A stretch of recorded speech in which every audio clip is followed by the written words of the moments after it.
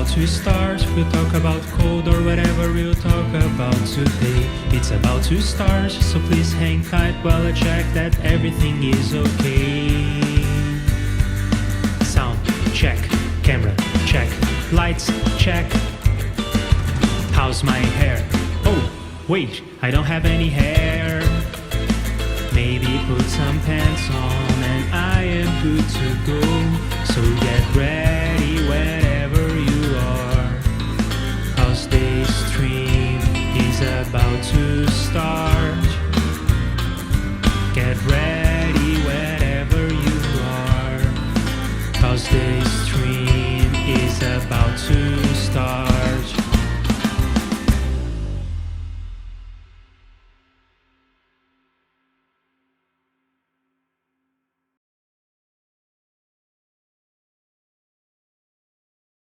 Sure. Hi, I'm Leandro Facchinetti. Let's talk about audio production. How are you doing, Arya? I'm all right. Good to be here. It's great to have you. But I have in mind for us to talk today about is synthesizers. We have this idea of maybe writing something in the style of a string quartet, but instead of using string sounds, using synthesizers instead, because that is a fun way to explore two things that I'm interested in. That is like synthesizers and kind of orchestral composition of sorts. So I thought that could be fun. And to begin with, I think that we should explore like the simplest kind of synthesis, which I think would be subtractive synthesis, right? Yeah, in a way. I mean, additive, I guess, came first. So, but that's an interesting, I guess subtractive is more like in 2020, it's the simpler one, I guess. Okay. And in a way. The thing is, I guess I sometimes make these rules for myself, and the rule is no presets. I really want to understand what the synthesizers are doing. And I know that in practice, most of the time, most people are probably going to start with presets and tweak their way into the sound that they want. But I think that in order to be able to tweak the sound effectively, I need to understand what's going on. And then making everything from scratch could be a nice way of doing that. So how does that restriction sound? I mean, it's like, I think presets are still really useful when you're trying to kind of see everything that's possible with a synth. And also you can always tweak presets from the presets point to completion. So I don't think presets are like, I think only using presets and never tweaking them means, you're never actually learning sound design. But that said, like, I don't have a problem with it all the time. So I guess in your compositions, you usually start with presets and tweak? Like, I mean, I guess like when I get a synth, if I download the synth, I'll go through the presets and I find some good ones and I usually just save them again. Or if there's a better way, in some plugins, there's like a star system, like in Alchemy. So that's a cool system too. So that way also sounds that I hate, I just give them 1 star, then I sort by star. Then I can like tweak from that point. Sometimes I may start from scratch, but also in the interest of efficiency, like it's good to like I don't have a problem starting from a preset and then tweaking it from there.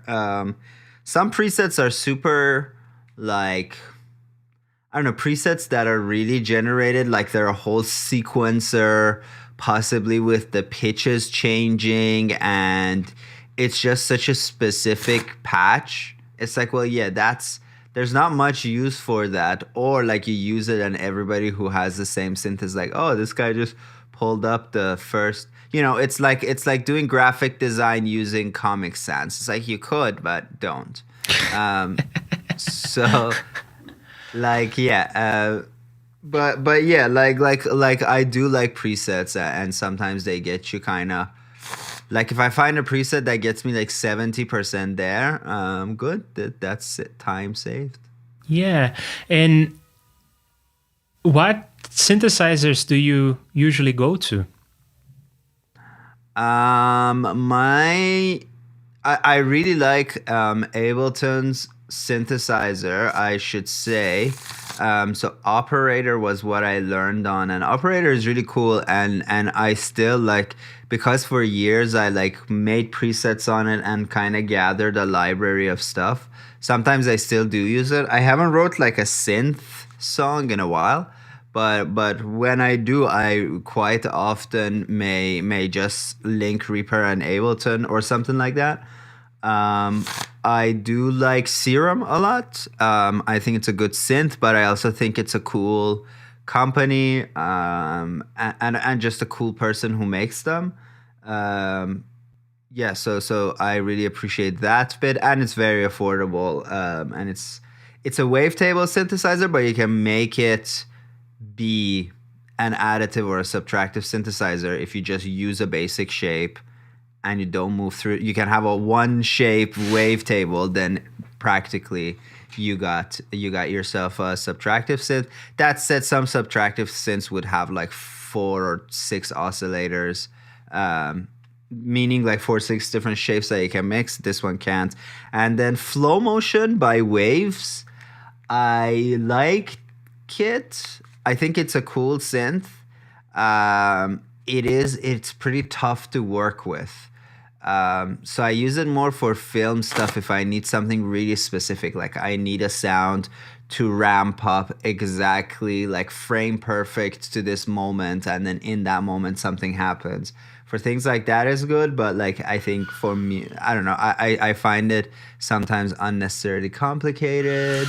What else? And then with my Arturia came a bunch of VSTIs that have synths, and they're usually emulations of old synths. And you can't, if you want to fully customize them, you got to pay for that. But you can still, like, there are most of the parameters come like pre-assigned to the faders and knobs. So I do like those. Yeah. All right, and I guess that's a perfect segue to the question we have on the chat. And that's a new person. I don't think we have seen that person before on our stream. So pull up the chat. Yeah, German Churling.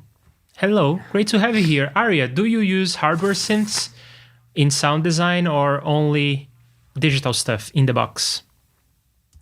I used to, like back in the day, but when I moved to Canada, I sold all of my. So I never went like the Euro rack direction, because that always felt like, you know, like honestly, even if you're a pro, that sounds like a hobby expense. Like it's like a really expensive hobby that's bringing you lots of joy, but really like return on investment is unlikely, and also maintenance and all kinds of things. So I never really got attracted to the Euro rack direction, but I used to have a Korg Micro XL.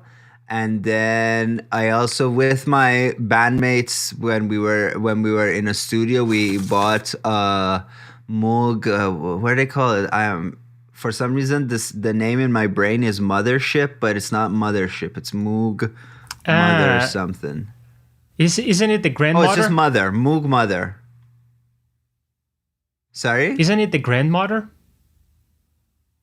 Oh, we had the Mother. There's a Mother and there's a grandmother. So the Mother is just the synth side of it, and you can connect a keyboard to it. So that's what we had. And then like my buddies had the Korg MS-20. There was a Juno in the studio, like a bunch of studios kind of around. I guess in a way, but a lot of people consider the Hammond organ to be a synthesizer. Kind of is. I kind of get that. So I guess that would be another one. Mostly those. And I do have a Korg K Oscillator, which is which is hardware, but it is like a full-on digital synth. But I really like it because it doesn't have a keyboard. It has an XY pad. So you select the key, and then usually the X pad is notes and Y pad is some other parameter, or it's a polyphonic thing where X and Y axis are both notes. So it gives you a different way of kind of thinking about this. I think like keyboards are meh. Like not that they're meh, but like keyboards, we all have keyboards. So like every once in a while I like to use a non-keyboard thing to do keyboard stuff. I also just a lot of my pedals are like synthy pedals because I like to turn my guitars into synths, and then I like to take my synths and turn them into guitar sounds.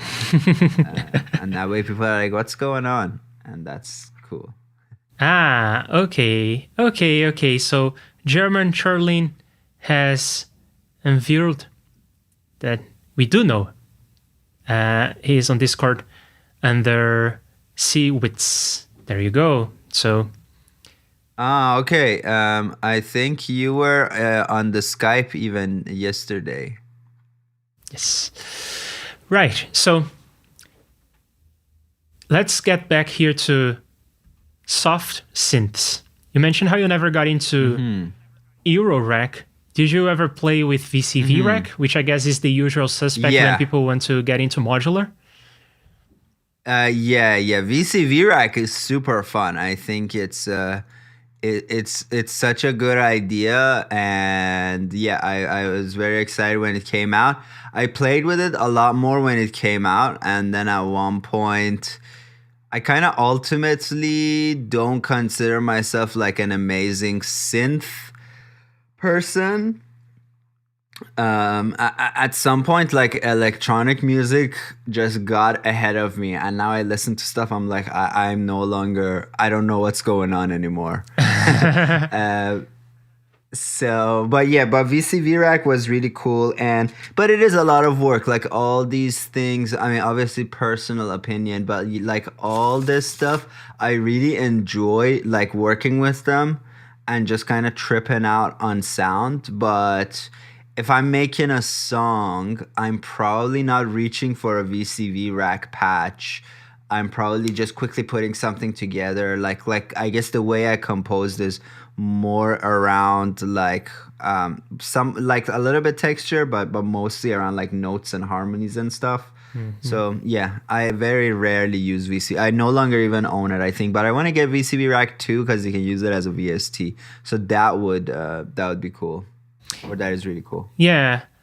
I think that the fun part of modular synthesis is not necessarily the sounds or the textures, but, or at least for me anyway, it would be the compositional aspect of it, like how you can teach the modular synthesizer to come up with the notes, quantize the notes, and generate random patterns and make that sound musical. That said, I haven't really played with modular synthesis all that much, so what do I know? Yeah. But I guess it comes back to the thing I mentioned, how it's beyond just playing the keyboard. Yeah. And it's like one of our teachers who was a big modular synth guy, and he once like brought his rig that was on these two.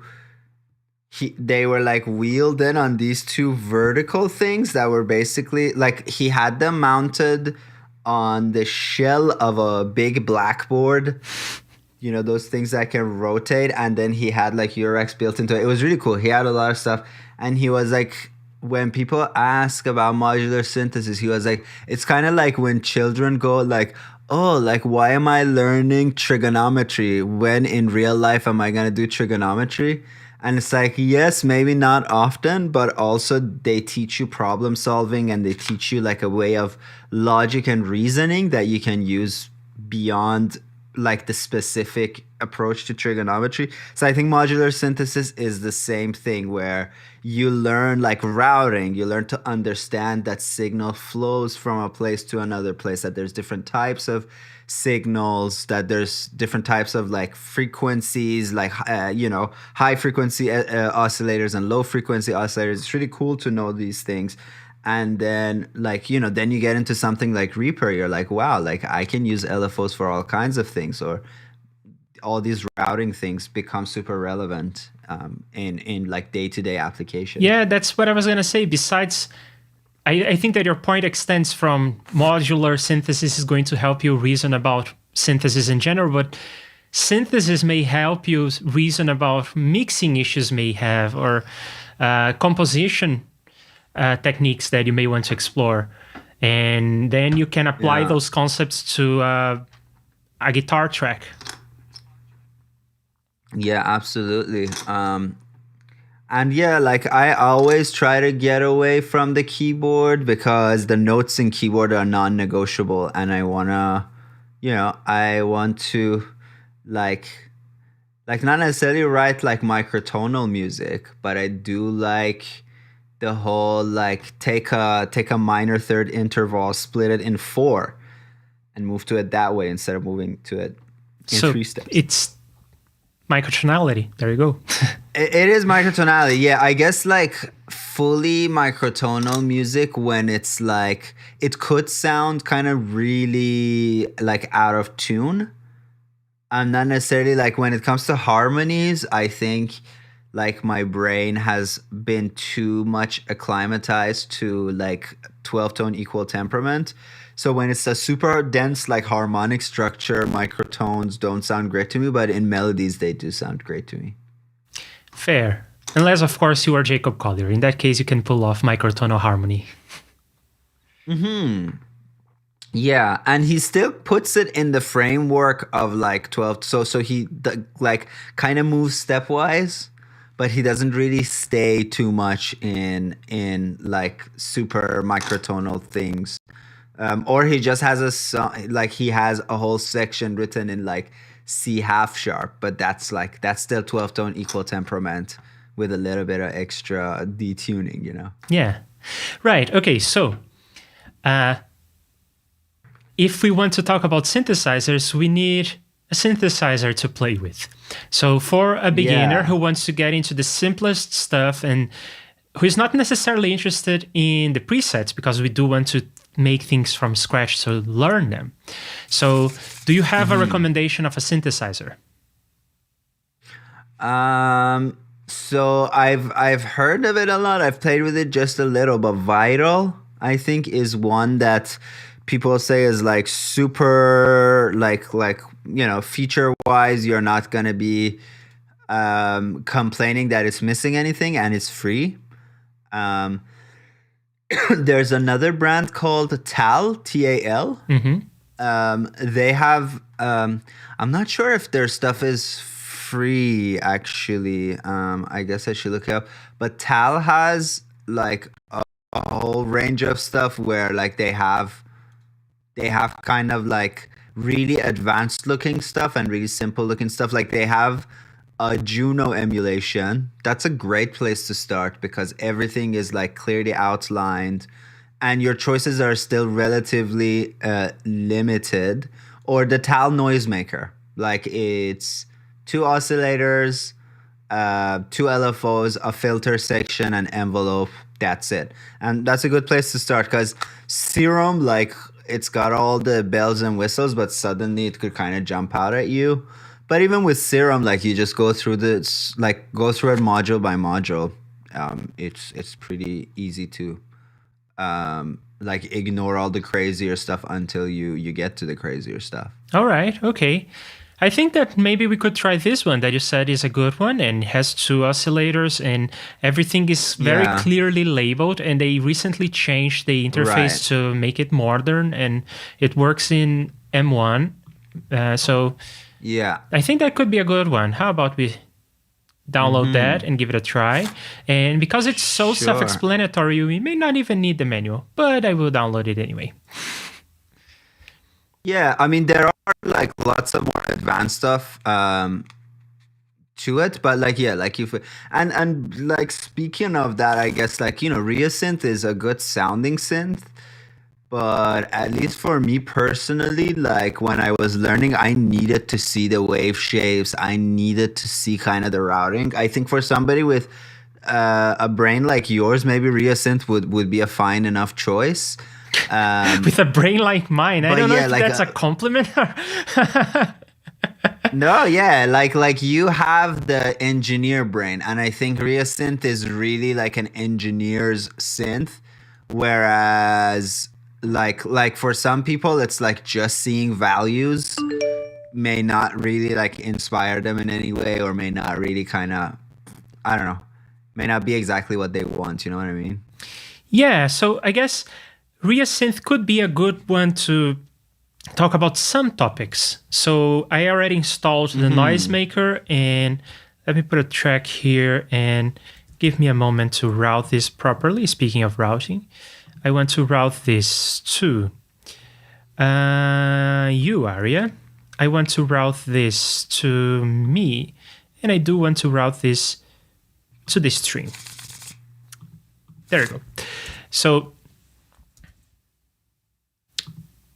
the thing that I like about ReaSynth is that it is, I guess, sort of using, to get anything useful out of ReaSynth, you sort of have to use Reaper as a modular synthesizer. So this would be the oscillator, and then you would need to put ReEQ in front of it. And if you want LFOs, you would need to come here to parameter modulation using LFOs.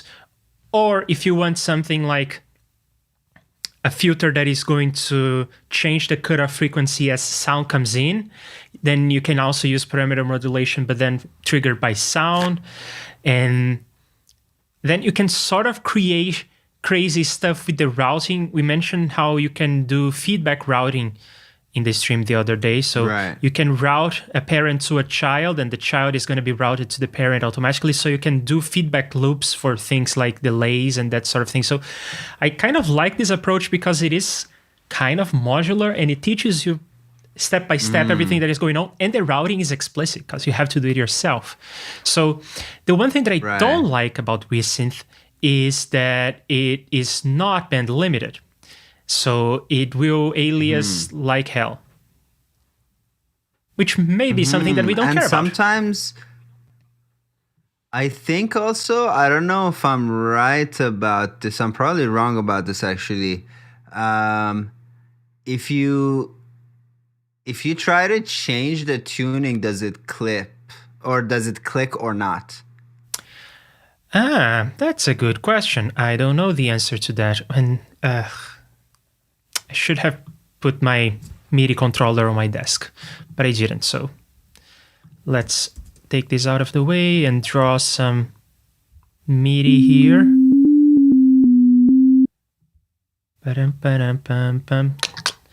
And then as I play the note,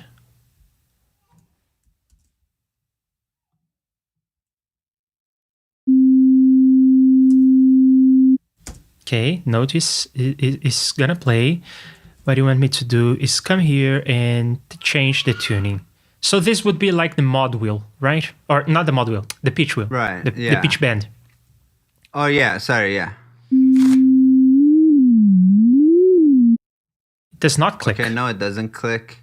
Cool. Volume? Good to know. Yeah, I wouldn't expect. Volume should be all right. Yeah, unless you're doing something very naive, right? Which they could be doing, but they are smart. Yeah, the JS tone generator does click, so I don't use it. I use the Melda Productions oscillator. All right. Okay, so this could work. It's just that I kind of dislike. So when I say that it alias, let me show people who may not know what this is about. Let me put a frequency spectrum analyzer here. So this is going to show frequencies, low frequencies, high frequencies, and we don't need to really hear all that, right? So let's put this down. And then we can loop this note, and then here you go. That's one frequency. Then as I make this note higher and higher, hang on, why are you not cycling? Or why are you not repeating? Why are you not repeating? Because your time selection isn't selected. There you go. So let me go into the MIDI and see, I had the time selection and it still didn't loop. there's something odd going on. Oh, is your looping on or off? It is on. So Oh, now it's doing. Okay. Now it's doing it. Oh, now it's looping. Okay. Okay. Whatever. And okay, so frequency spectrum analyzer there, and then I will also need to change the shape of the wave. So let's put some harmonics in there, square wave.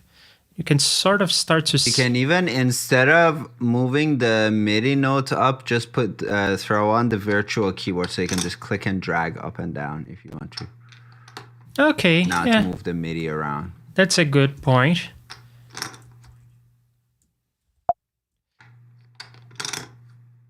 So I also, of course, on the track. and make it listen to MIDI. And it doesn't work. What could I be doing wrong? I'm not monitoring the track. Oh, yeah. There you go. So now as I play up the keyboard, you can see that it is playing the frequencies that it should.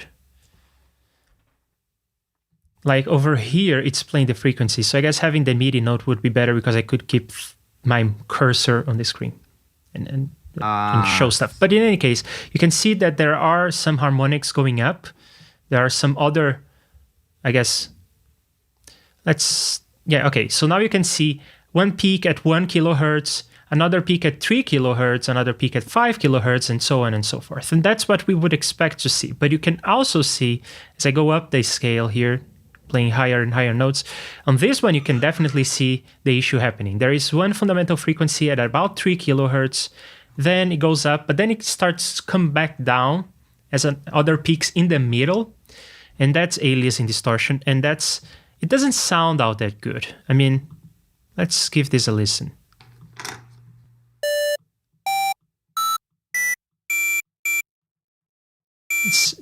Yeah. And now let me contrast that to a synthesizer that does not have aliasing distortion. And it could be the Tau. Serge, people in the chat are saying that too. Yeah, so I've that's never used it, but I've heard great things. We can also just use the Tau noisemaker, which I think may be simpler to look at, and that's important when we are trying to learn how things work. Yeah, so this one I haven't really checked, but I'm sure it will not have aliasing distortion. So I'm turning off resynth, turning on the Tau noisemaker, and I'll make sure that the waveform is a square wave. And I will... I guess I would have liked it if it was like a touch smaller. Yeah. The interface, but I can live with it. Yeah, it can be smaller if you want. Oh, there you go. All right.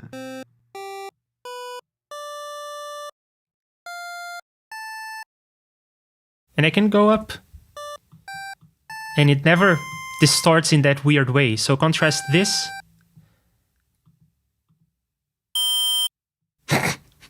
It's like night and day. And it's only a matter, it's only an issue on the upper scales. It's not an issue for a bass sound, probably. I don't think you would hear too much aliasing distortion in that case. Yeah, so German is asking for aliasing. It's basically when... Do you want to explain it, Leandro, or do you want me to explain it? I want you to explain it. What is aliasing? Okay. So you got sample rate, and for easy math, let's do sample rate of 48K. So if you imagine a 48K sine tone, it goes up, then it comes down, it goes up, it comes down. It does that. It goes up 48,000 times, it comes down 48,000 times. So technically, there's a thing called the Nyquist frequency. So the Nyquist frequency is half the sample rate, and that means the highest frequency you can reproduce in any sample rate is that frequency divided by 2, because like at 48K we can maximum do a 24,000 hertz sine wave, goes up, goes down, goes up, goes down.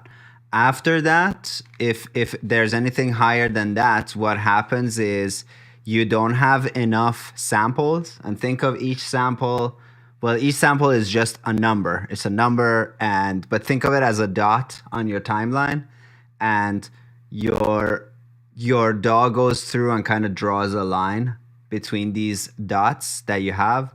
But if you go above the Nyquist frequency, there's not enough dots to correctly show the frequency that is actually intended to be there. So instead, these smaller frequencies are shown that are not in the sound.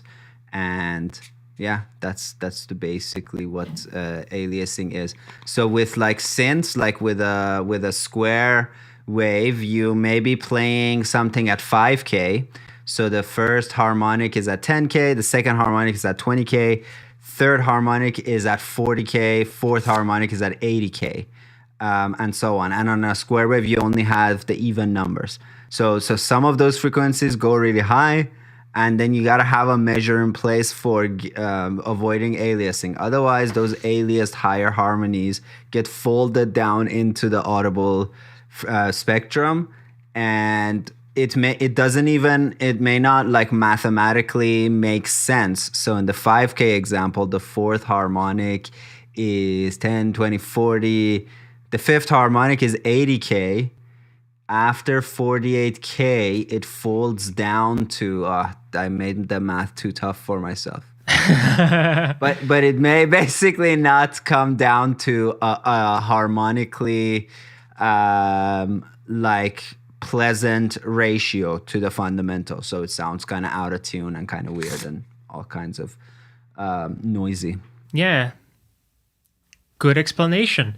Aliasing is the purely digital kind of distortion because it has to do with a limitation of how you transform a continuous waveform, which it can be just air pressure or electricity on a cable. Maybe if you have a microphone or a guitar, when you play the guitar, it's producing electricity, and that's a continuous form, the electricity over time.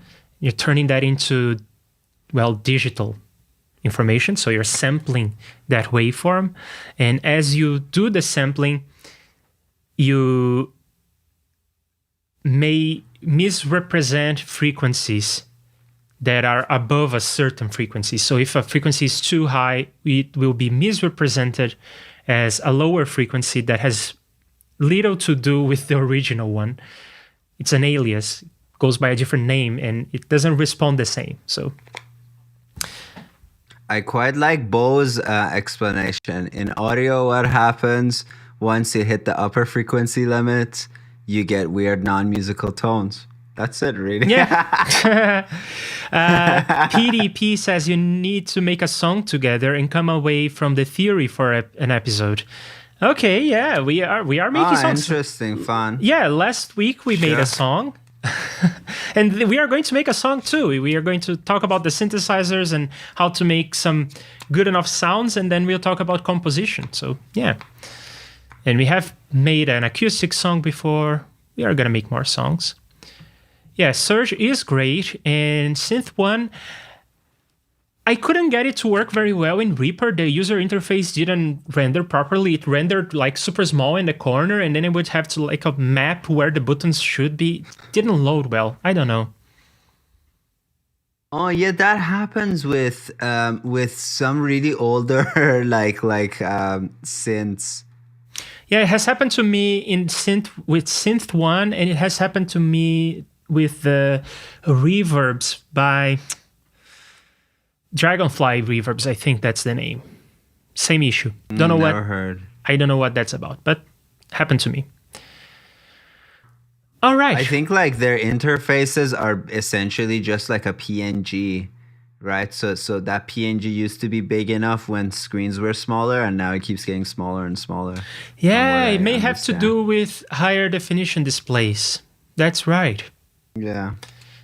And Surge is super nice, but I think that maybe we would talk about rear synth if we decide to not care about aliasing or the Tau noisemaker, just because if you look at Surge, at least to me, it feels like it's more for the initiated than something like I mean, compare the interface to something like the Tau Noisemaker. It's not only that there is more stuff going on this interface, but also it's not as clear to me like what is this whole section about. I mean, it's about frequency modulation synthesis, and I think that this is like a completely different kind of synthesis that we probably should get to at some other point after we cover the basics of subtractive synthesis and we learn about how to use filters to do musical stuff and that kind of thing. But that said, Surge is great and it's only getting better. This new version was released just a little while ago. It's super new and it has all these nice features. I mean, look at the amount of wave shaping options that you have. It's like infinite. And you can draw, I'm assuming, as well, if you want to. Probably, I don't know. There you go, cool. This is not really allowing you to draw, but yeah, it has a lot of features and it looks amazing. And you can even make it look like the way you want it to look. So there is this like skins. Oh, fun. And then you can do something like... Cool, I didn't know that. There's a whole tutorial on how to make skins. That's dope. Yeah. And I'm not super into skinning stuff, but there was one. It's maybe not here on this new version of Surge, but it kind of looked like an old school hardware synthesizer. Looked cool. But I think that this could be a great second synthesizer for us. What do you think, Arya?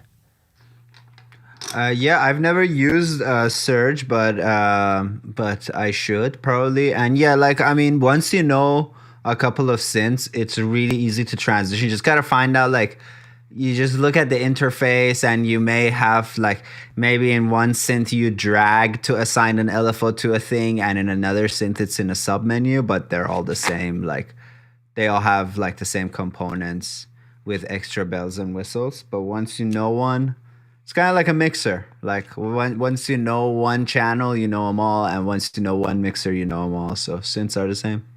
Yeah. Once you know a programming language, you know them all.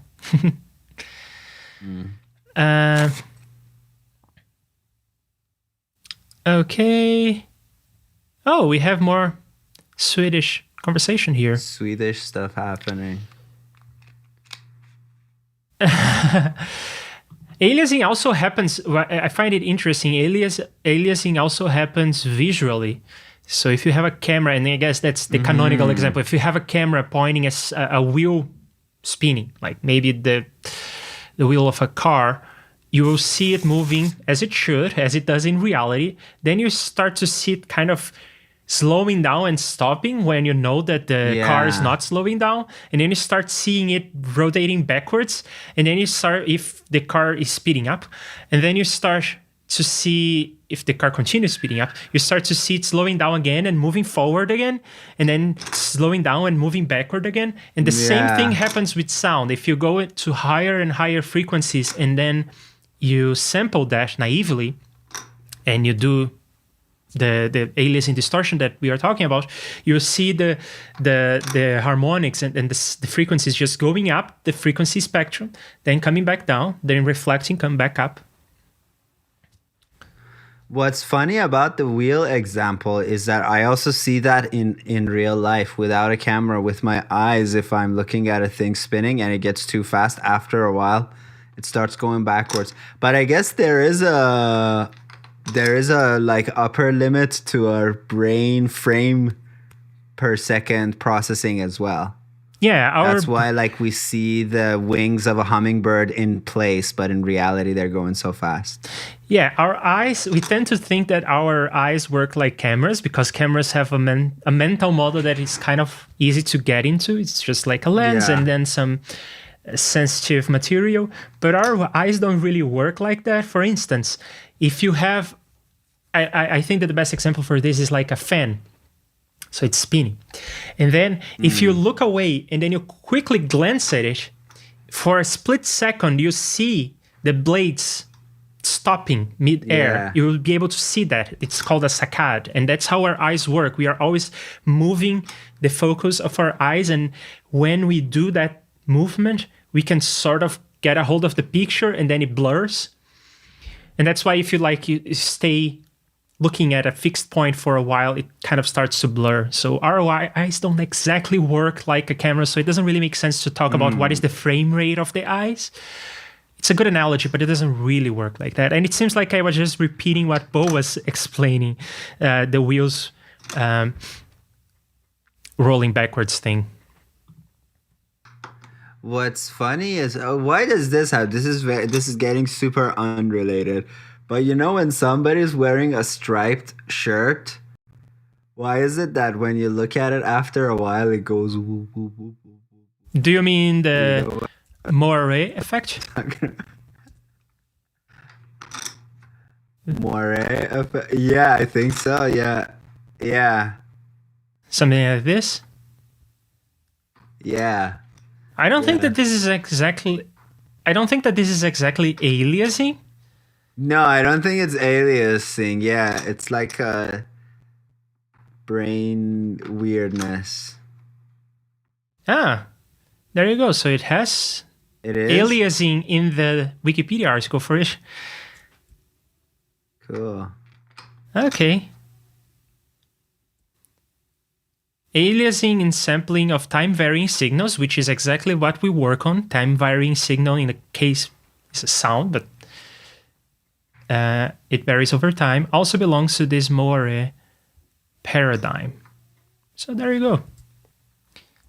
See also aliasing. So, well, the Wikipedia article for aliasing is exactly talking about a moire pattern. So yes, it is related. Cool. Fun stuff. Yes, fun stuff. Okay, so let's agree that the Tau Noisemaker is going to make for a good first synthesizer to get into subtractive synthesis, or maybe resynth if we feel like it. But yeah, I'm okay with resynth too. You are? Okay, so let's use Reaper as a big synthesizer and just work with resynth. I think it will be fun. So I do like the spectrum analyzer visible though. Oh, okay. We can also keep an oscilloscope around, because if we want to see something like this, any visual thing is good. Yeah. I don't think we'll have a lot of visuals when it comes to envelopes, but we'll do. Yeah. All right. So, what are the components of a synthesizer? We have something that makes sound. We have an oscillator. And this oscillator is kind of nice because it has all the usual suspects. So you can take this. Let's show all of this. And the volume is down. Great. So I really want to have a note just continuously playing so I can do it. Change things around, and maybe for next time I will be smart and put my keyboard on my desk. So now we have a note, and it should be continuously playing. Let me check. Yes, it is continuously playing. Great. So this is what the waveform looks like right now. It's a sine wave. Yeah. And this is what the frequency spectrum looks like with a sine wave. It is energy at a single frequency, a single bump. Not quite. There is a second bump here, but never mind that. It's so quiet that we don't hear it. And really, this little bump is an artifact of the visualization, not an artifact of the sound itself. We can see that the sound is... Yeah, the sound isn't there. It's okay. So this bump has to do with the Blackman-Harris window. Let's not get into that. Next, in terms of oscillators, we have... I guess a Sawtooth would be next, right? Looks like this. Sawtooth. Yeah, in terms of overtones, yeah. And then let's put this in a frequency that we know. So right now it's playing as a B3. Let's make it an A4.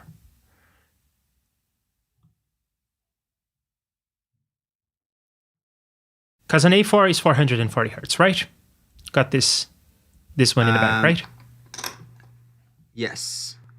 And here we see a bump at 440 hertz, but we also see another one at 2 times 440, 880. It's right here. And then I guess 3 times it's, I don't know the math, so I don't know what the number is. It's 1320. Yeah, so it has a little bump on every multiple of the fundamental frequency 440. And this graph is jumping up and down like crazy, and it has nothing to do with the waveform. Let me integrate over time here. So do you know how you get the amplitude too? In Sawtooth is 1 over the number of fundamental. So the third fundamental is a third as loud. The 20th fundamental is 20th as loud in a Sawtooth. Interesting. Interesting. I didn't know that. So not only it has energy in every in every harmonic, but the energy in the harmonic is inversely proportional to the harmonic itself. Yeah. Cool. Let's make this window bigger so we can see more detail. Oh, then we can see the aliasing distortion that is happening. Oh, there you go. So yeah, for the visual side of things, obviously Reasynth is not like the perfect thing. But okay, bringing down the FFT, yeah, just kind of ignoring anything below minus 60 dB is, I guess, a good mental exercise. There you go. We are ignoring everything under 60 dB or everything below 48. Just look at the top. Yeah. So that's a Sawtooth. Let's hear these oscillators, see what they sound like. This is a sine wave and a Sawtooth wave. And the cool thing about Reasynth is that we can blend. So we can do something in the middle. It's kind of like a sine wave, also kind of like a Sawtooth. It's in the middle. The uncool thing is that you can't have them you can't have a sine be like an octave below or anything like that. Well, yeah, kind of you can. So here's... You can have 2 Reasynths. So I guess if we're going the modular way, we can always have a couple of Reasynths. I mean, have a child track and we can have 300 Reasynths, each playing one, like oscillating one thing. You know? Well, there is something else that we can try. So if you just leave this at 1, it's going to be a pure Sawtooth wave. And then there is an extra sine that we can blend in. Just like that. So if we put it at 1, then we are, well, negating this, but we can mix it in. Doubling the sine, yeah. And then we can also tune this extra sine wave. So we can say that we have an extra sine wave that is 1 octave below, or in this case, I guess 2 octaves below, or 2 octaves above. But you can have an extra Sawtooth or something. No, for two Sawtooths, you would need a second Reasynth. Yeah. Okay. So this is the Sawtooth. Now let's look at the square wave without any extra sine in the middle. So this is already a telltale sign that this is going to alias like crazy, because a square wave that looks like this, it's too square. It's too square. It's purely digital. If you think about this as sound going through the air, or even a speaker cone moving to reproduce the sound, the speaker cone needs to move from this position to that position instantaneously. And well, there is this speed limit of light. You cannot do instantaneous movements like this. So in reality, your speaker will do a ramp between this position and that position. So in reality, a square wave cannot be as square as this thing. And if you try, then you will be effectively trying to reproduce higher frequencies, and they fold back just like this. Beautiful demonstration of aliasing. It goes up to this frequency, and after that, it can no longer represent that frequency, so it aliases back down. Yeah. And with a square wave, you have only odd partials. So you have the 3rd, 5th, 7th, etc. You don't have even partials. and it can contribute to it sounding kind of, people say like hollow, right? Because you don't have the even partials are all the octaves, right? So first octave is 2, second octave is 4, third octave is 8, and those are kind of missing from a square wave. And also, I always mix this up if this is square or triangle. No, yeah. So with the square, the volume is the same. It's 1 over the number of the harmonics, so 1/3, 1/9. And then with triangle, it's 1 over harmonic number squared. So it goes down super drastically. Okay, let's actually see that. So this is, I'm not going to integrate anymore, because if I integrate, the effect will be too slow for us to notice. So it's going to flicker a little, but that's fine. So right now we have a square wave. Let's turn that into a sawtooth. And then, yeah, you can see that the frequency... Sawtooth, you get all the partials. With triangle, you get like the same as square, but different loudness levels, yeah. Okay, I see. And I guess if we have something that gives us all the harmonics, all the multiples of the fundamental frequency, and you have something that gives us the odd multiples, so 1, 3, 5, and so on, do we have something that is going to only give us the even harmonics? And is that useful? None of these do that. But yeah, it is kind of possible to emulate that. This is one of the reasons I really like the operator synth in Ableton, because in operator you can draw a wave shape, or you can draw harmonics and see what the wave shape looks like. So you could manually draw a sine tone, then draw the 2nd, 4th, 6th, 8th. And it is a good sound. It's a good like lead sound. It's very, like all the sounds are like super kind of consonant sounding. Yeah, but none of these kind of classic shapes are all evens. The shape of it looks kind of strange. I was trying to see if somewhere online there's one that gives you yeah, I was saying like if I can just find the wave shape of it. But yeah, if you have operator, do you have operator? I have Ableton Live Lite, so I don't have control over stuff. I just have a bunch of presets with macro knobs. Right, but we can try to... So here's a fun exercise. We can try to make this up from scratch, try to make up this, I guess, this signal, and then we can look at it in the oscilloscope. So how about we try that exercise a little? It could be fun. So let's start by having 2 resynths. And if I make the other one like not okay, an octave above, so both of them are playing at the same time. So I'm giving it one note, and this resynth is producing that note, and this resynth is producing 1 octave above.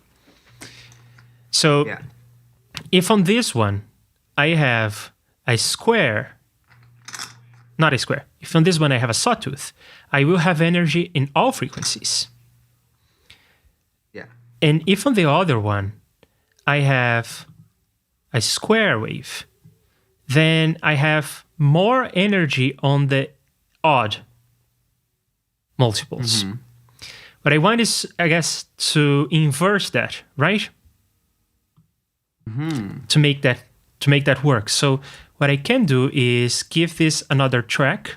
Oh, that's smart. Put it on there. I should have held Alt, but I didn't. So I'm going to put it there. And then I'm going to route the audio coming out of this track into this one. And I'm going to invert the polarity on that send using this. That's very smart. And then we end up with... You got to copy the MIDI note as well, because that one isn't playing a MIDI note right now. Yeah, you're right, isn't it? Well, I guess I can just copy this item. Let's not. But that's very smart. That's a smart approach. I'll just bring the volume down. And you got to make it pre-fade or send as well. Yeah, so how about I do it differently? So I make sure to not blast our ears anymore. And then I guess I will do the right thing this time, which is to send MIDI to both of these tracks, remove that element from there. And then I think I'm good to go. I think I did everything I needed to do. Okay, so let's review what's going on. We have one track here which has a resynth producing a square wave, which is going to give us only the odd multiples, only the odd harmonics. But now track 2, you need to turn it up because now track 2 is not sending anything to track 1 audio-wise. Yeah, now that we muted the thing, we can let this be crazy like that. We don't mind. Yeah. So as I move this around, it is going to have an effect on the odd harmonics. I think you also, the second resynth, you detuned an octave up. I think just make it the same octave with your method, I didn't. No? I turned. Oh, you didn't yeah. do? Oh, okay. Yeah, I brought that back. How come it's not making them go away? Shouldn't they technically go away? Completely? Okay, so the polarity inversion is working. Let's just mute this for a second to see.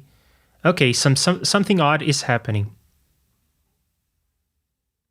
Oh, maybe resynth is on the track, so you can't send audio to it. Why don't you send audio to... Well, it's doing something, but maybe that's something weird. I don't know. Yeah, I don't know. Maybe this is trying to send MIDI as well, and it's going to make things crazy. So let me make sure that on this sends, I'm not sending audio. Not that it matters, but just want to make sure. Then on that one, I'll make sure that I'm sending audio, but not MIDI. And then on that one, it should be fine. It's receiving audio from one track, receiving MIDI from the other. And then just to make, okay, I'm going to change something else about the routing. Not going to invert anything in these locations. Just put another track here. And yeah, I was thinking that. Yeah, and I'm not going to send audio to that guy. So it's only receiving MIDI. This is only receiving MIDI. And then we can route that and that. And then we can play with the polarity inversion over here. But definitely we want to move the visualization to that track.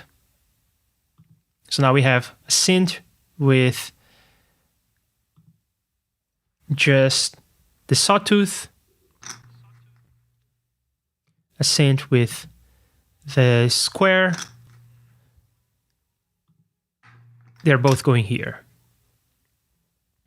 Yeah, it looks in order. And then let's mute everything to make sure that everything makes sense. So this does look like a Sawtooth. I see all the frequencies. This does look like a square. I see only odd multiples. And then when I turn both of them on, it seems like I am boosting the odds. Because you're not phase flipped yet. Or polarity, we should say.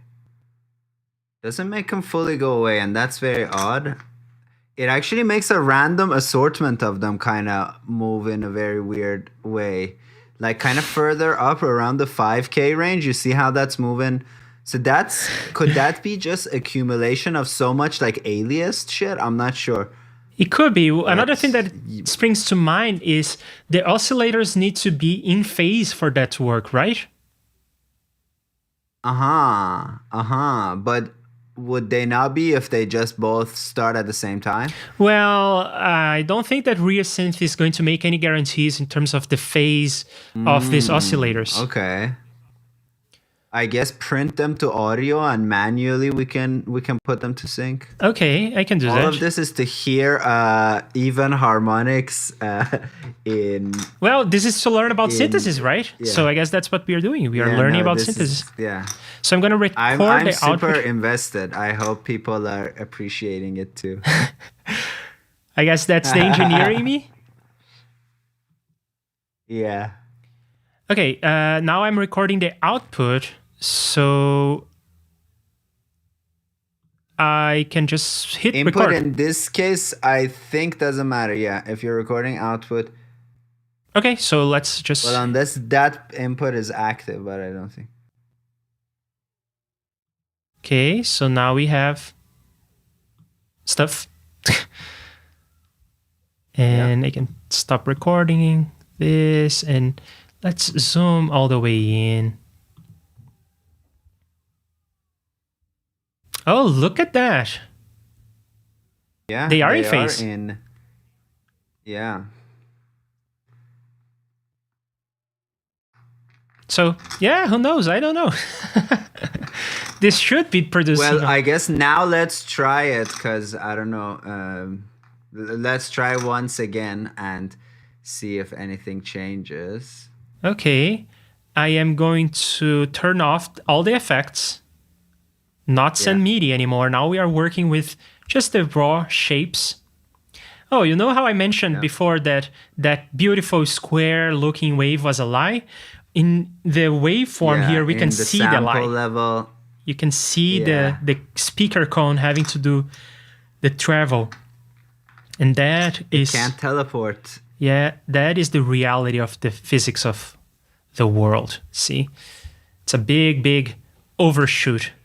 And there is some pre-ringing, so there is some stuff happening before the transition. Cool, yeah. And then there is some post-ringing as well, because there is some...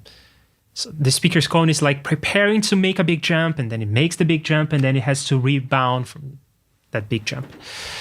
Yeah. Right.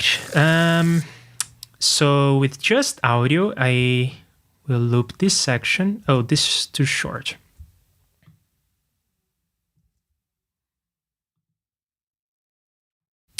And it shows the same thing, so weird. Yeah. Yeah, this is weird. The theory of what you're doing makes perfect sense to me to produce only even harmonics. So I don't know, we can blame it on aliasing, or we can or we can try to learn what the hell is going on. I wanted to do something on the side here, so I'm gonna do that on the side as well, and report the results to you if you have other ideas you're thinking of trying. Okay. Because I mean, even the pre-ringing will be like a minor factor, but it's not accounting for all the stuff we're seeing, right? No, I don't think so. Well, the pre-ringing is the time domain effect of the aliasing that is happening on the, or I guess the lack of aliasing that is happening on the frequency domain. Right, so let's see what people are saying while you do your experiment. Looks like the extra sine wave is modulating the original waves. I don't think so. I think it's just adding up. I think it's just mixing. But... oh, God damn it. I did say I love Operator, but Operator does have a very annoying goddamn God damn it. It's really hard to draw overtones on it because they're so thin, so I'm going to reduce the bit depth. Anyway, sorry. So I want to try to prove my point. I'm going to put real synth here, and I'm going to play a note. Well, let me move that out of the way and copy this over. And master is still muted, right? No one is hearing this. Great. Yeah. I just want to make sure. Because I don't hear it, but you never know. So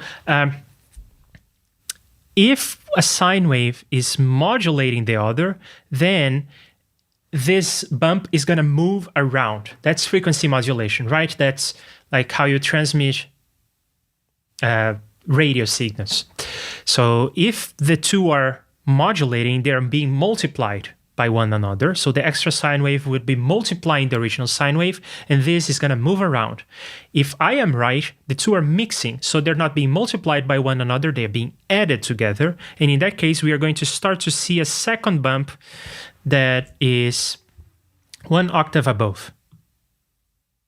Yeah, I'm right. Okay, it's mixing.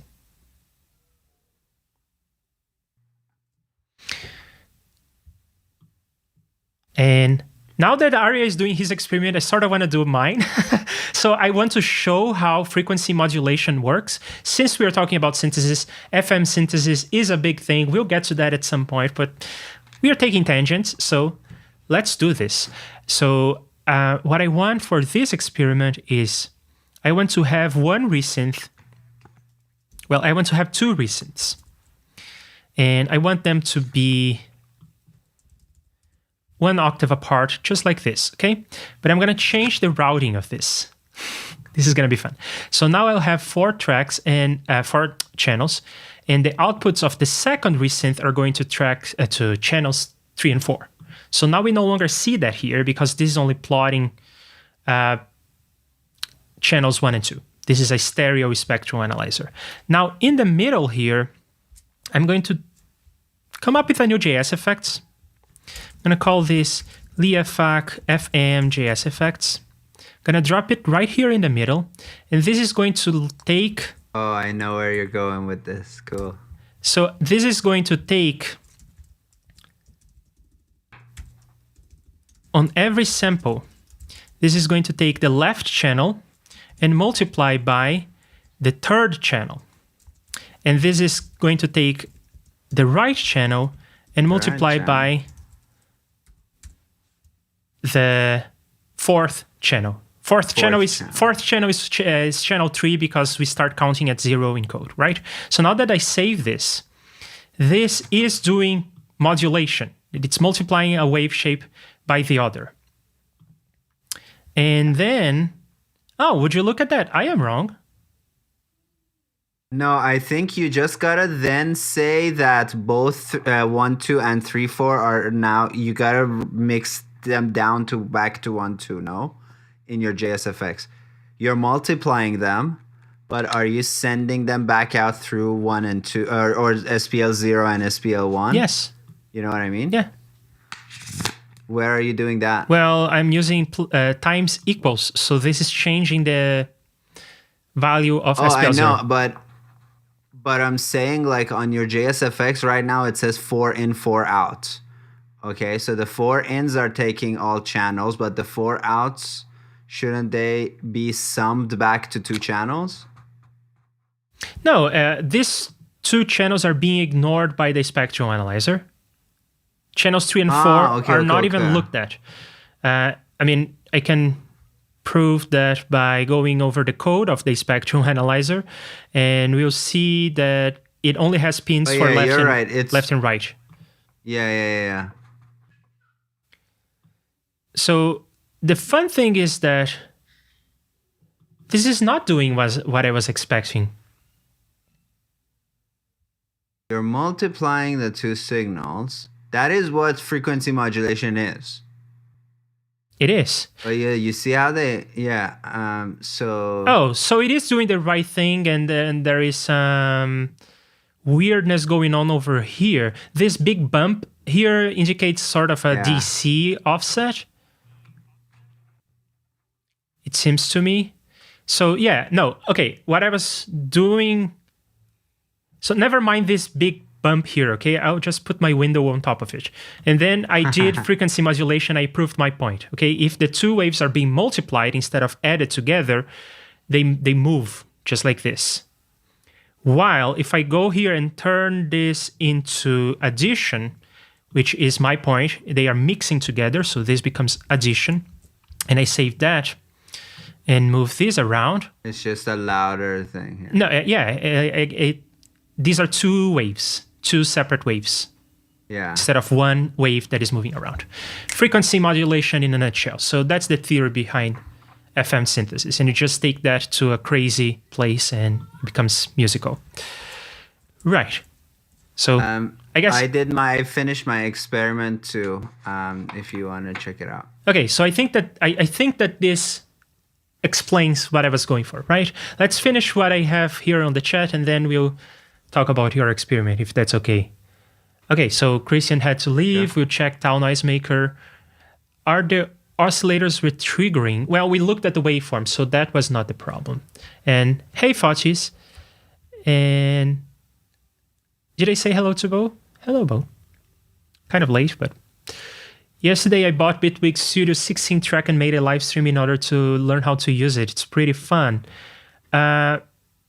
I know what Bitwig Studio is, but what is the 16 track? Is it like a light version that only has 16 tracks, like the Ableton Live Lite? Is that what that is? And if the JS Spectrum Analyzer is broken, no, I don't think so. Yeah, so it wouldn't be. Yeah, it wouldn't be broken because of that, I feel like. Yeah, I'm willing to blame myself before I blame the caucus people. So can you compare with Voseng? I can, if that makes you happy, but I'm really confident that that's not the problem. But we can. Spam. We would find out earlier if it was broken. You know, it would be so embarrassing if we didn't notice with like regular music and stuff. Oh, and this one is showing the window, the Blackman Harris window, or whatever window they are using, much better here. You can see all the bumps. It looks a lot better, yeah. You can see all the bumps on this side lobes. Right, so the experiment is set up correctly here, in fact.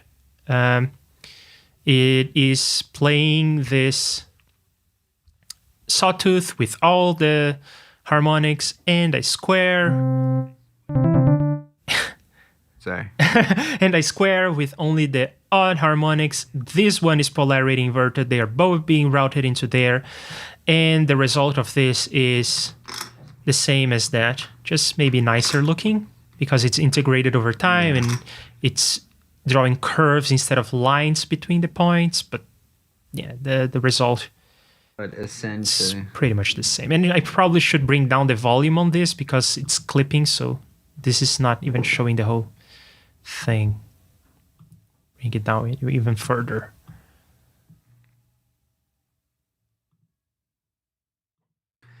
I guess another thing that could be happening, no, never mind, that also wouldn't explain it.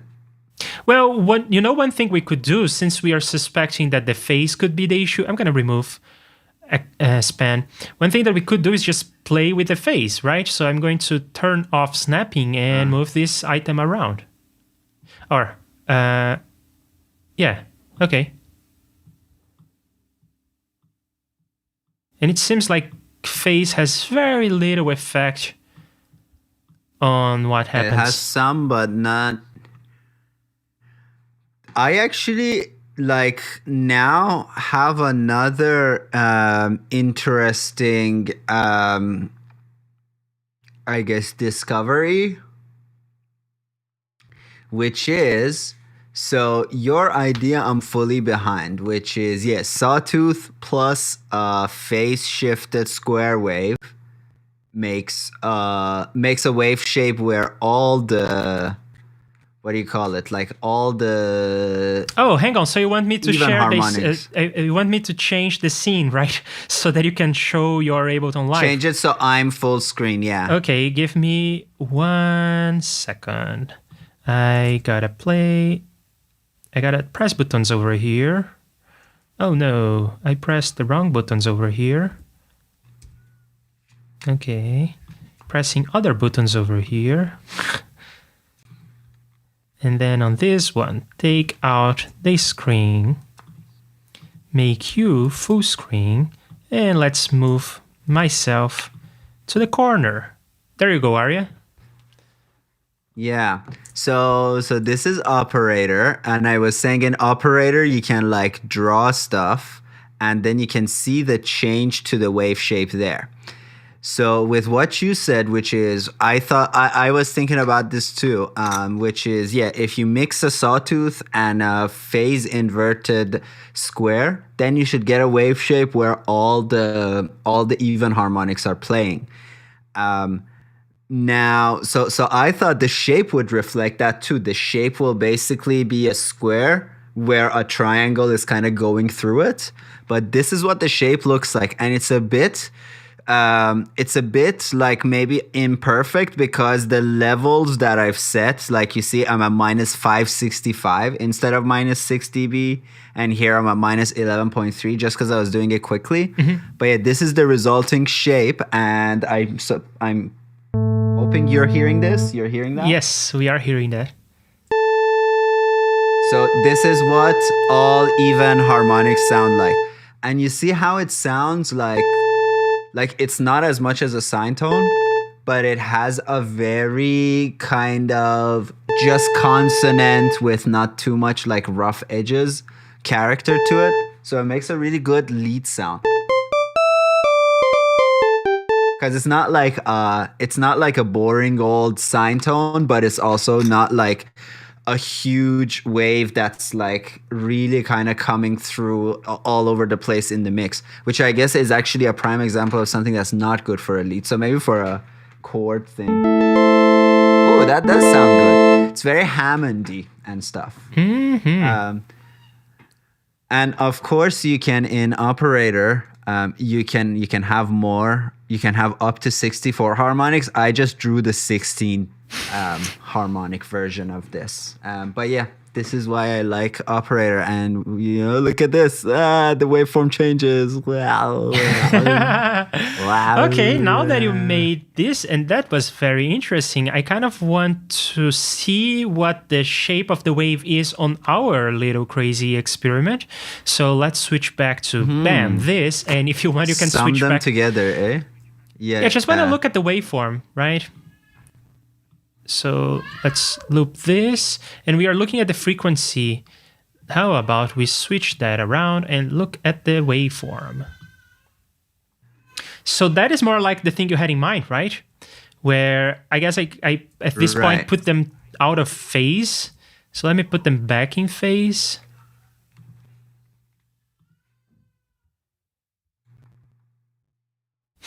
Cool, ramping up. So back in phase, looking at the shape of the wave on a short loop. Cool. I put the loop in a way that is kind of going over there as well. Yeah. So this is a square wave with a sawtooth superimposed. And that is more like, I guess it's more like a sawtooth in the sense that it has all the harmonics in there. It's just that they are attenuated in kind of weird ways. Yeah. Or maybe... So what happened did you move the phases? Did you put them back? I put them back in phase, yes. Joseph is saying sine wave plus saw 1 octave higher will give you even harmonics wave. 1 octave higher on the saw because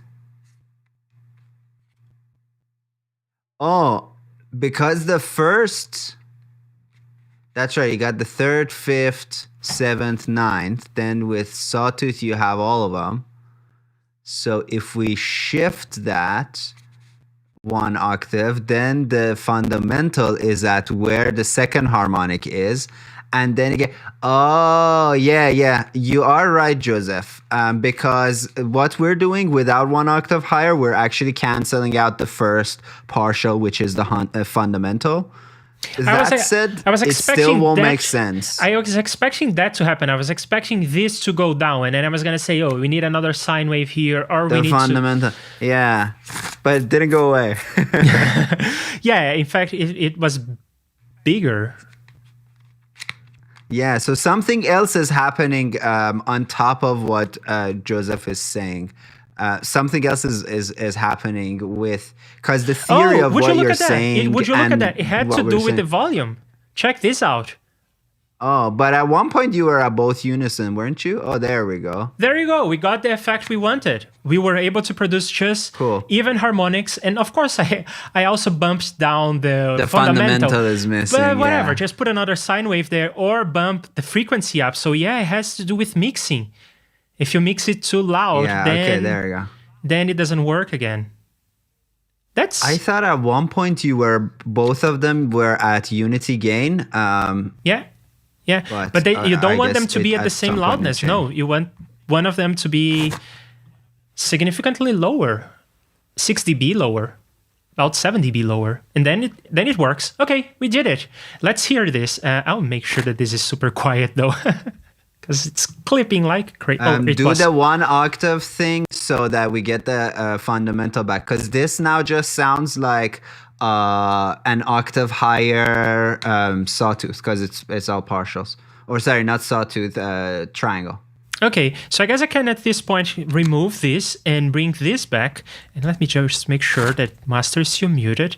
So when I loop this, I don't want to hear that. But I should be getting signal. So let's make this come back. And we do see some signal. Great. So now I can do 1 octave higher on the square. And maybe I have to tweak then this. I guess you gotta adjust. Yeah, okay, so we are back to Sawtooth. Let's mix in that good square. And I guess polarity inversion is going to be important here. So let's do that as well. And then bam, it doesn't work again. I'll tell you why. Because now we shifted. So when you go up an octave, okay, you are now not getting rid of the fundamental, but then the 3rd, 5th, 7th, 9th harmonics are not going to be the same, because let's say it's 100 and 200.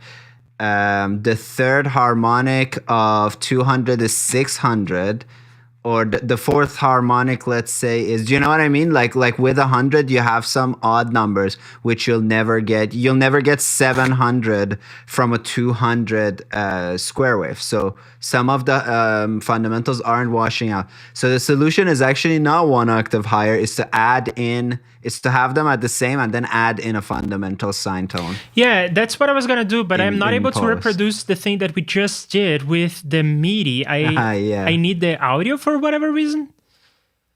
Does that make sense to you? You can't do it with MIDI. You need the audio. What do you mean by you need the audio? I am no longer able to reproduce the effect we had. I'm no longer able to cancel out the odd harmonics and the fundamental frequency. Could it be because you moved the phase action? I don't know. Not the polarity, but you like kind of shifted the files around a little bit. Yeah, now I am just Command Z-ing my way back into those audio files. Back into when it was doing the thing? Yeah. So probably around this point. Okay, this is the right thing. And then let's look at the phase. It's exactly in phase. So I guess when you actually are playing MIDI through Resynth, it may be doing whatever with the phase. But now that we have, well, not quite, because we printed this and it was in phase when we printed. So I don't know. You know, well, I mean, that still won't account for it, so I won't even say it, because I had another idea, but that idea was but we can stupid. we can all know that there should be another one here, so I guess... And add a sine tone, Bob's your uncle. Yeah, I'll do it. Doesn't hurt. Let's put... Which I guess that's a further reason why like you don't see the even harmonic wave shape as a common thing. Because essentially what you have is a square wave plus an octave lower sine tone, which like most synths, they can do a sub oscillator that's just a sine tone. So in practical terms, you get that either way. You know what I mean? Like if you get rid of the if you get rid of the odd harmonics, the even harmonics become the odd harmonics of 1 octave higher, plus a fundamental. What? Right? So you got 100. Okay, so 100, you got 200. I'm getting rid of the odd harmonics. You got 200, 400, 600, 800, and so on. So that's the same as a square root because the fundamental is 200. The first harmonic is 400. The fourth harmonic is 800. Oh, so it's not the same. God damn it. So something weird is happening. Multiplication is hard, people. And something else weird is happening here. Oh, this one is not a sine wave. Now we have it. Yeah. Okay, so then unmute that. And then we have the fundamental back. And probably we want to tune this by eyesight. And it's probably around here. Something. And then I will be able to bring this down. And we can hear. We probably don't want to hear that one. Whoa, what's that other thing? But it does sound, so this is sounding like a square wave to me, with a little bit of an extra kind of fortified lower thing. You know what I mean? So in practical terms, you see that list? Yeah, and I guess what we hear is this whole shenanigans that is happening here. that we're ignoring visually. Yeah. It's cool. That was interesting. Let's see if people agree.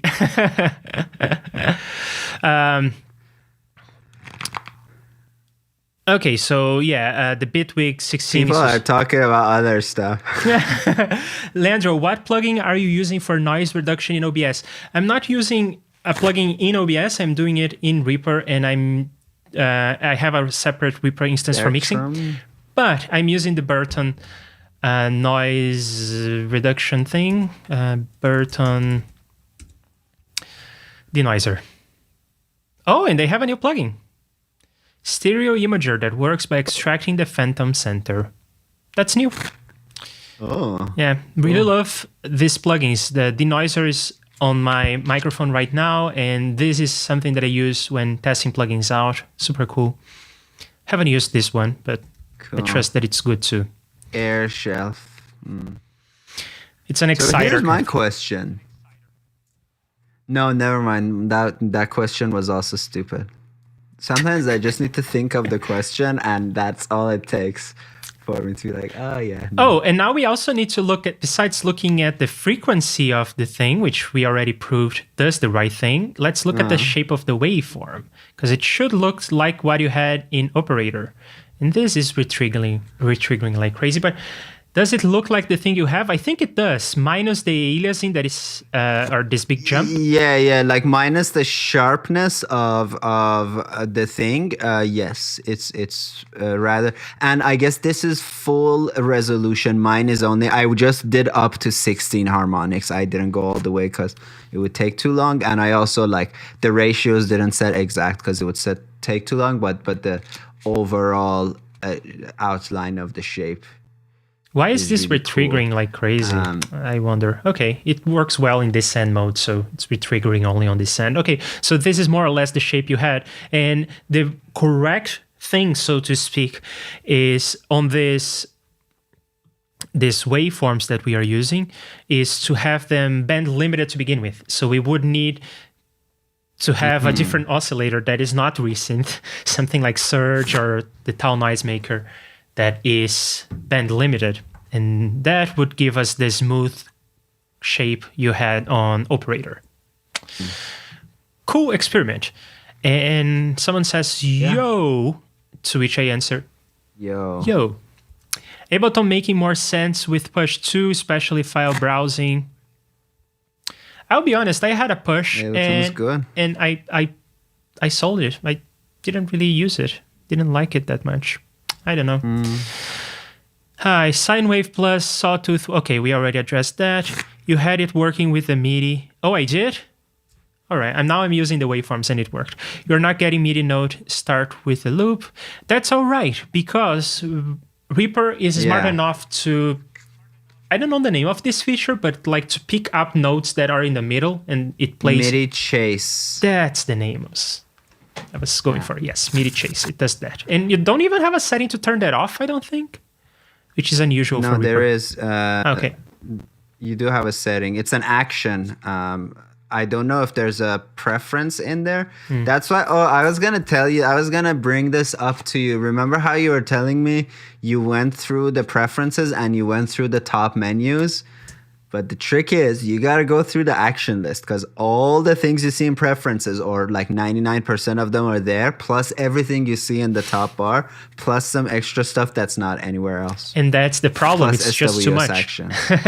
It's just too much for me. Yeah. I mean, there are stuff here from SWS. No, but the thing is, if I think that when you're trying to get into things like, I want to learn about takes and comps and grouping and all that sort of thing. Yeah, this is like the curated list of actions that people think are worth being in the menu bar.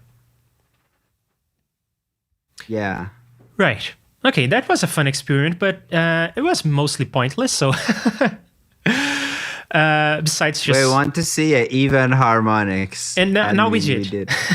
So let's get back to where we were with recent. So we looked at the fundamental shapes. So let me bring back my good old oscilloscope. You're a over deleter. This is what I noticed about you. Maybe I am. It gets overwhelming. I get rid of everything.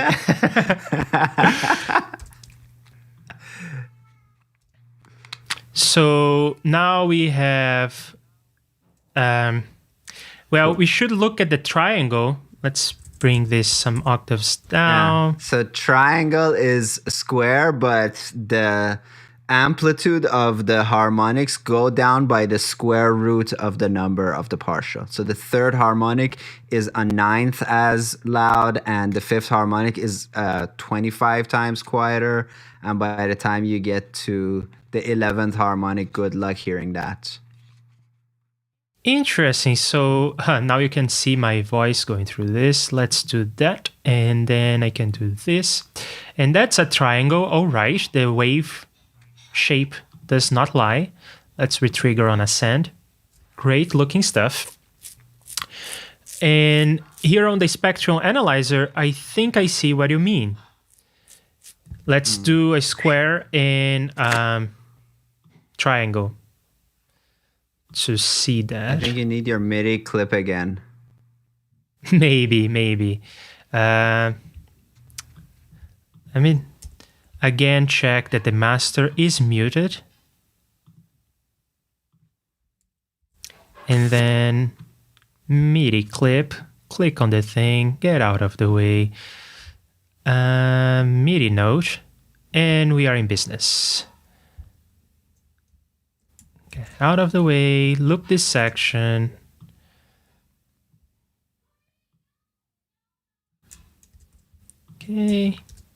Okay. So let's make another one of these, and on that one we'll have a square. So now we can quickly switch between the two. So square has, they are not exactly the same volume, which doesn't help. You bring them the same volume because one is, I think, minus 6 dB right now. Well, they both were. Oh, interesting. So these are interesting things about, I don't know, I don't want to blame Resynth, but what's going on? Now they are more or less the same level, and the square wave, the square wave is much louder. The triangle wave, quieter. Goes down hot, yeah. So I guess this is similar to the difference between pink noise and brown noise kind of thing, right? So this would be more like pink noise, and this more like brown noise. Similar, yeah. Yeah, and it comes, the reasoning comes from the way that the shape and the harmonics relate to each other, right? So the more harmonics you're adding, you're making the up and downness of the waveform, scientific term, more sharp, right? So a triangle, like if you kind of add loudness to the overtones, what you're doing is like you're bringing the edges up, and then when you add all the partials, you're adding it more to the top, but getting them like smoothening the end of the waveform. I guess we can sort of see that. Smoothening, is that a word? Because Yeah. we do have a way to mix in the Sawtooth. So let me make sure that I'm on the right instance. So if I bring in the Sawtooth, it's going to get very Sawtoothy. And we can see the harmonics creeping in there on the spectrum analyzer. Yeah. Very cool. Very cool stuff. And let's hear this, new friends. GPS signal lost. Oh, you lost your signal there, buddy. Fuck was that? What is happening? What was that? I don't like it. Why did you say that to me? This has never happened. Okay, let's hear Don't like it. what's in store for us here. Sine wave.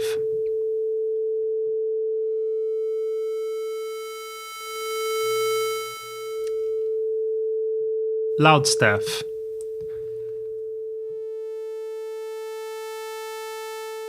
Game Boy.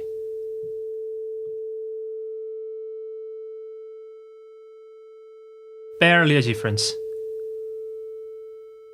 Yeah, the triangle and square, the way I kind of differentiate between them is that triangle has like a hollowness to the sound, and that makes sense.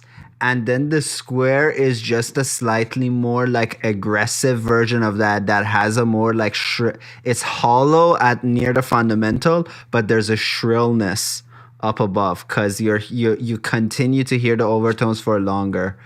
And then the Sawtooth is just a full, powerful, like fuck you type of sound. And then sine tone is, you know. And super Sawtooth is a thing, right? Where you just stack sawtooths to make a sound that's like a punch in the face. Yeah. Right. Okay, so we looked at the fundamental, I guess, shapes of waveforms that we are going to address. So these are the raw ingredients that we are going to work with, but no one is ever going to make you hear a square wave raw. Besides the aliasing that sounds terrible, there is also the issue of the square wave doesn't sound particularly nice. So next to that, you are going to look at filters. Filters. And that's what the subtractive comes from, right? So you have an original sound and you're going to subtract some of those high frequencies that are super annoying from the original sound. But our time is up, so we looked at the one fundamental component of many kinds of synthesizers. We even looked at the FM synthesis kind of thing, but we are nowhere near. We took a tangent. Yeah, that was a lot of fun, but we are nowhere near making anything musical in terms of having a patch that sounds good so we can start writing our string quartet kind of thing. But it was fun. So I guess the schedule for moving forward is tomorrow I'm going to get back to my JS Effects library stuff, and probably on Friday as well. Then on Monday, we'll have a stream together about your website, I suppose, right? Then On Monday, yes. yes. Okay, so that's what is in Do store. you want homework, by the way? Oh, yeah, sure. So I was going to say, on Wednesday next week, we are going to continue this and we're going to look at filters and maybe low-frequency oscillators and probably some kind of distortion, anything that is going to make this sound more interesting. Oh, and we probably want to look at how the envelopes here are going to affect musically what we can do. So your homework is you take a note A3 on a cello and you look at its overtones, ignore its envelope for now, just take the peak of the note and look at its overtones, and then compare that to all the wave shapes that you have. And then we can use a filter to kind of imitate the same overtone relationship. And then once we get the envelope right, hopefully we'll get a close approximation to a cello sound. And then we can do like a blind test. Oh, I'm sure we'll be able to tell. Yeah. Famous last words. Actually, you know what's really tough to tell is like we tell from the onset of notes. But if you just take a guitar and a piano and a sax and they all are playing the A note, and you get rid of the attack and you just go to the middle and loop a segment of it, it's really hard to tell which instrument it is. Interesting. That could be a fun game for us to play. So that's what's up next week. We are going to look at filters. We are going to look at how to try to reproduce the sustained sound, not the full sound of a cello. I will do the homework for sure. And then let's see. You are not getting MIDI notes. Start with the loop that we already talked about. Super Sawtooth or 2 Sawtooths added. That's what Bo said, right? And okay, so we will get to all of that next Wednesday. But for now, thank you very much, Arya, for being here with me today and for teaching me all this fun stuff and doing all the crazy experiments. I love the tangents that we get into. And looking forward to meeting you again next Monday. And thank you, everyone who was here on the chat, being part of the conversation with us. It's always great to have a nice chat. And thank you also to, I usually don't say this, but thank you to the patrons that make this happen. Thank you for people who support on like Buy Me a Coffee and PayPal and all that stuff. You are making this possible. How many Patreons do you have on Patreon? How many patrons, I guess? That's a question that is worth answering. So let's see. And then 13 people. Yeah. So. Whoa, that's great. That's pretty high. Yeah. Given that we are doing a very niche thing and this channel is relatively new, this is a good turnaround. I'm happy with where we are getting. And there is also some people who don't use Patreon. There are people who prefer to use PayPal. There are people who are on GitHub sponsors. I'm also there. And there is now this one person who wants to use Bitcoin, which is new because I don't have a Bitcoin wallet, so I'll have to open one. But yeah, fun stuff. So cool. Yeah, thank you all who are supporting our work here. And I see you again tomorrow for some programming this time. Yeah. Bye.